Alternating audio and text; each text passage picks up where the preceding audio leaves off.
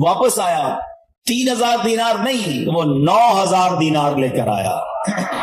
کہتے پہلے 3000 تو نبی پاک کا حکم، آقا کا حکم سر آنکھوں پر، لبیک یا رسول اللہ، یہ لیجئے۔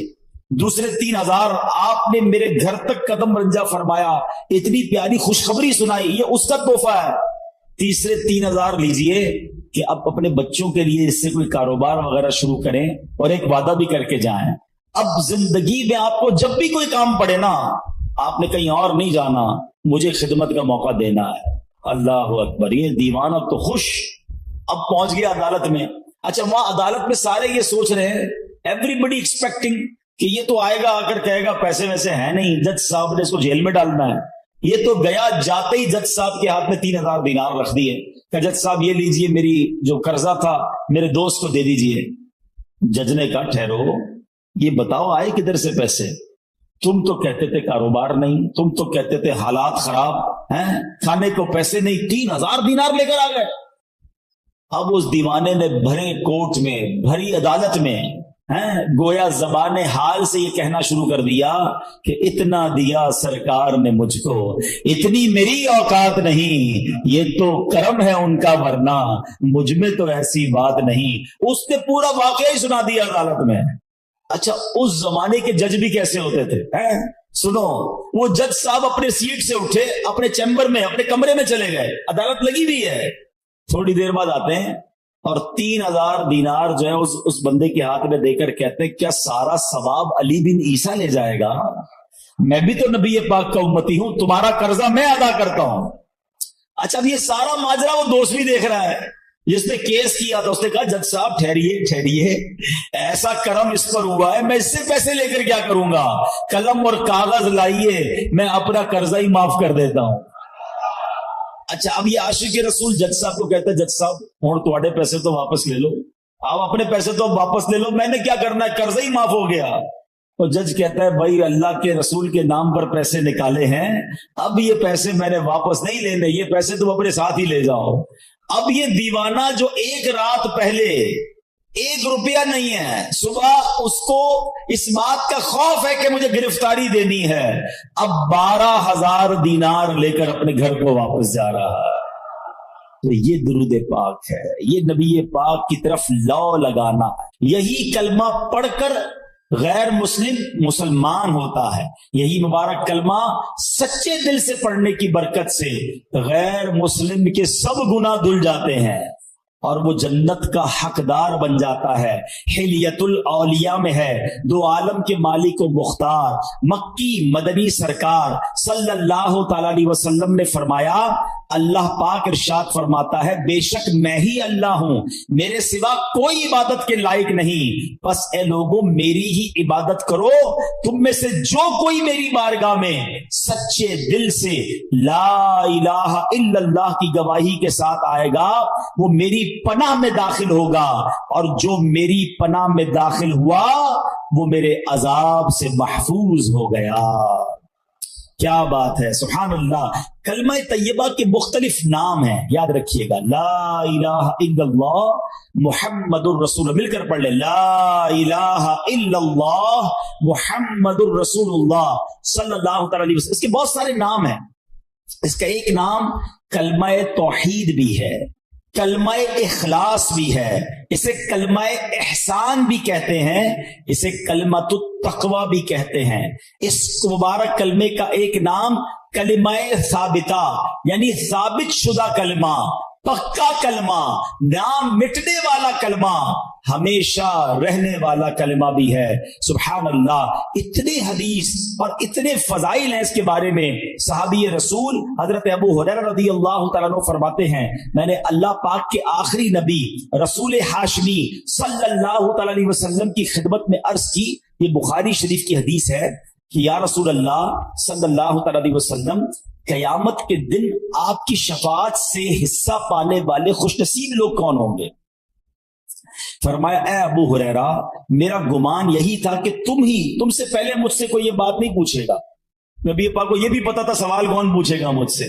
فرمایا کیونکہ میں حدیث سننے کے معاملے میں تمہاری حرص کو جانتا ہوں، پھر فرمایا اے ابو ہریرہ قیامت کے دن میری شفاعت پانے والا خوش نصیب وہ ہوگا جو سچے دل سے لا الہ الا اللہ کہے گا.